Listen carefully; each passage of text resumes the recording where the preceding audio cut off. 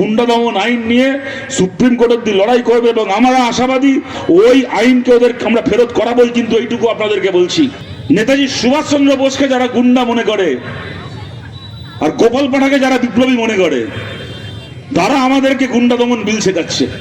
শুভেন্দু আবার দেখছি গুন্ডা দমন বিল দেখাচ্ছে আমাদের, কারণ সব অনেক বিল আমরা দেখেছি এর আগে।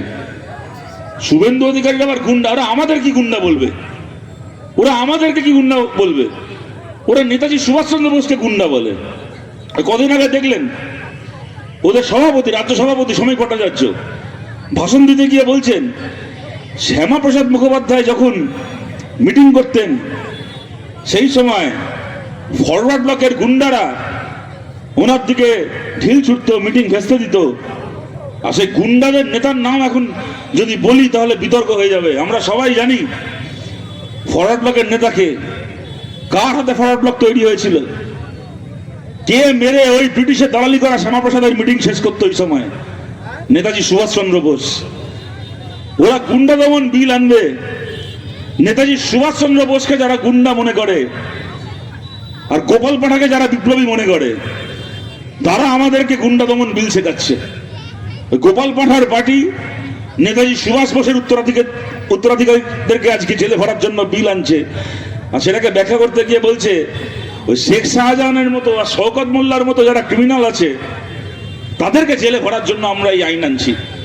আরে শেখ শাহজাহান শওকত মোল্লা তো এমনিই জেলে আছে, ওদেরকে জেলে ঢোকানোর জন্য আবার নতুন আইন লাগবে কেন? এই যে শওকত মোল্লা, শেখ শাহজাহানরা জেলে আছে, এর থেকে কি প্রমাণ হয়? এর থেকে প্রমাণ হয় যারা শওকত মোল্লার মতো, শেখ শাহজাহানের মতো কাজ করবে তাদেরকে গ্রেপ্তার করে জেলে ঢোকানোর মতো আইন ভারতের সংবিধানে ইতিমধ্যে মজুদ রয়েছে। তার জন্য নতুন আইন লাগে না। নতুন আইন কেন লাগে? নতুন আইন লাগে যারা বিজেপির বিরুদ্ধে প্রতিবাদ করবে, বিজেপির বিরুদ্ধে লড়াই করবে, বিজেপির বিরুদ্ধে জমায়েত করবে, তাদেরকে শাসনের জন্য, তাদেরকে ভয় দেখানোর জন্য, তাদেরকে চোখ রাঙানোর জন্য আইন আনবে। ওই আইন ওরা ঘোষণা করেছে আগামীকাল থেকে নাকি পশ্চিমবাংলায় বলবৎ হবে। আর আমরাও বলছি সামনের সপ্তাহতেই দরকার হলে ওই আইনকে বাতিল করানোর জন্য সুপ্রিম কোর্ট পর্যন্ত আমরা বামপন্থীরা, বিকাশ ভট্টাচার্য আমাদের পার্টির নেতা বলে দিয়েছেন, আমরা লড়াই করব। এই 2 মাসের মধ্যে শুভেন্দু অধিকারী 2 বার চড় খেয়েছে।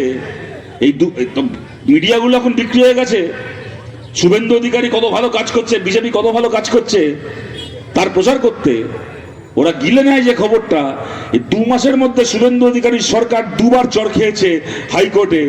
প্রথমবার চড় খেলো তা হাইকোর্ট অব্দি যেতে হয়নি, তার আগে ওরা নোটিশ ইস্যু জারি করলো সরকারি, আধা সরকারি কর্মচারী যারা, তারা কোনো রাজনৈতিক বিষয়ে ফেসবুকে, সোশ্যাল মিডিয়ায় কিছু লিখতে পারবে না, কোথাও কোনো মতামত দিতে পারবে না। এমন বিক্ষোভ তৈরি হলো সরকারি কর্মচারীদের মধ্যে। 24 ঘন্টার মধ্যে সেই সরকারি সার্কুলারকে, সরকারি অর্ডারকে ফেরত দিতে হলো। তারপরে ওরা নিয়ম করলো সমস্ত সরকারি কর্মচারীকে বাধ্যতামূলকভাবে যোগা দিবসের দিন সরকারি প্রোগ্রামে গিয়ে যোগাসন করতে হবে, রেড রোডে গিয়ে হাজিরা দিতে হবে। বিকাশ ভট্টাচার্য মামলা করলেন হাইকোর্টে। সরকার হাইকোর্টে মুচলেখা দিল, হাইকোর্ট বলল যে আপনাদেরকে এই অর্ডার ফেরত দিতে হবে। সরকার হাইকোর্টে মুচলেখা দিল সরকারের পক্ষ থেকে যে আমরা আমাদের এই অর্ডার ফেরত দিচ্ছি, সরকারি কর্মচারীদেরকে আমরা অনুরোধ করছি কিন্তু ওদেরকে আমরা বাধ্য করব না যোগা দিবসে রেড রোডে আসতে। 2 মাসের মধ্যে 2 বার এই সরকারের গালে চড় খাওয়া হয়ে গেছে। এই গুন্ডা দমন আইন নিয়ে সুপ্রিম কোর্ট অব্দি লড়াই করবে এবং আমরা আশাবাদী ভারতের সংবিধানের কাছে আমরা ন্যায় বিচার পাবো। ওই আইনকে ওদের আমরা ফেরত করাবোই। কিন্তু এইটুকু আপনাদেরকে বলছি, আইন থাক কি আইন ফেরত হোক, ওই আইন আমাদেরকে ভয় দেখাতে পারবে না।